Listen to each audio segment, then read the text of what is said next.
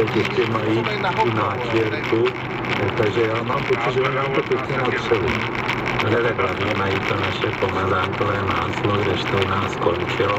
To znamená, že my ovšem se ho mohli použít jako na poslední pomazání, protože teď už pomazánkové máslo nemáme. Já nevím ani, jak se to jmenuje. Jo, to jmenuje pomazánkové. Pomazánkové, jenom tak, že prostě máslo si každý domyslí.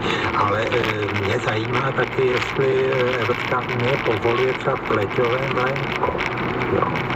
Což taky není mléko.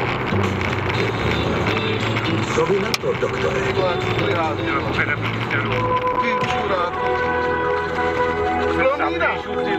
Blondýna, ty vole. Je to mám nahraný jako...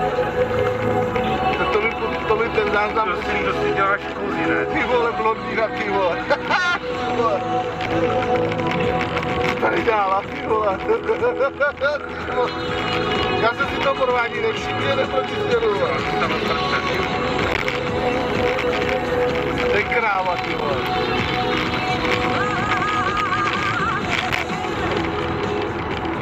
Hoši, ty vole, tak to jsem ještě nehrál.